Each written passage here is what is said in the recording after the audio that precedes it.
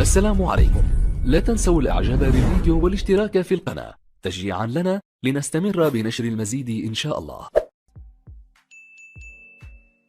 السلام عليكم ورحمة الله وبركاته. أهلا بكل متابعينا الغاليين، يا رب تكونوا بخير. النهاردة إن شاء الله معانا تردد قناة جديدة نزلت على القمر الصناعي نيلسات. طبعا هنبدأ مع بعض من خلال الفيديو ده نتعرف على القناة ونتعرف على التردد الخاص بيه. بس في البداية كده عايزين نصلي على النبي. لو حضرتك أول مرة تشوفني يسعدني ويشرفني إن أنت تنزل تشترك معايا في القناة وتفعل زر الجرس عشان يوصلك كل ما هو جديد وحصري.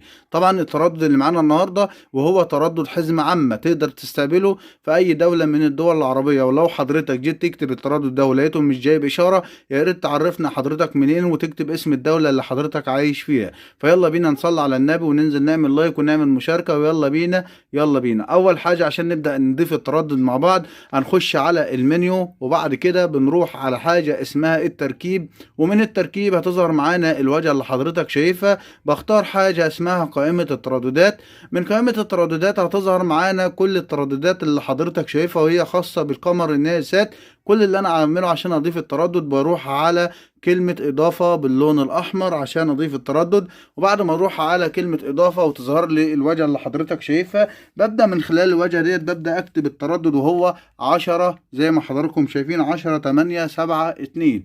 10 8 7 2 معدل الترميز وهو 27500. أما الاستقطاب أو القطبية هيكون حرف الاتش أو أفقي زي ما أنت شايف كده. وبعد كده بضغط أوكي، هيقول لك هنا لو قال لك إن المرسل موجود يبقى مفيش أي مشكلة. ببدأ أعلم علامة الصح اقصاد التردد، وبعد كده بروح على حاجة اسمها البحث باللون الأحمر باللون الأزرق. هيظهر هنا بيقول لك حفظ البيانات لحظات، وهيبدأ إن هو يضيف معايا التردد. وهيظهر معانا الواجهة اللي حضرتك شايفها بيقول لك البحث عن الشبكة.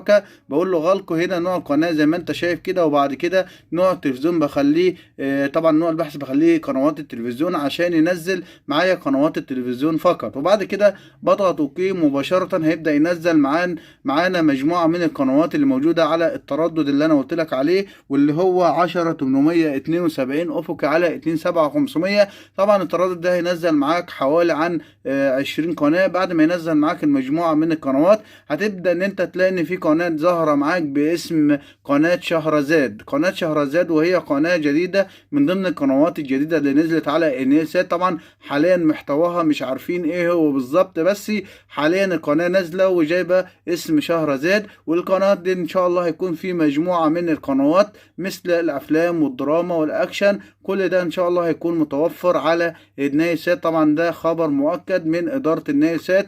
انا حبيت بس ان انا اعرفكم بقناة اللي نزلت النهاردة من باقي قنوات شهرزاد. وبكده ابقى انا وصلت لنهاية حلقتنا، وان شاء الله كده انتظرونا في كل ما هو جديد وحصري. اشوفكم في رعاية الله، والسلام عليكم ورحمة الله وبركاته.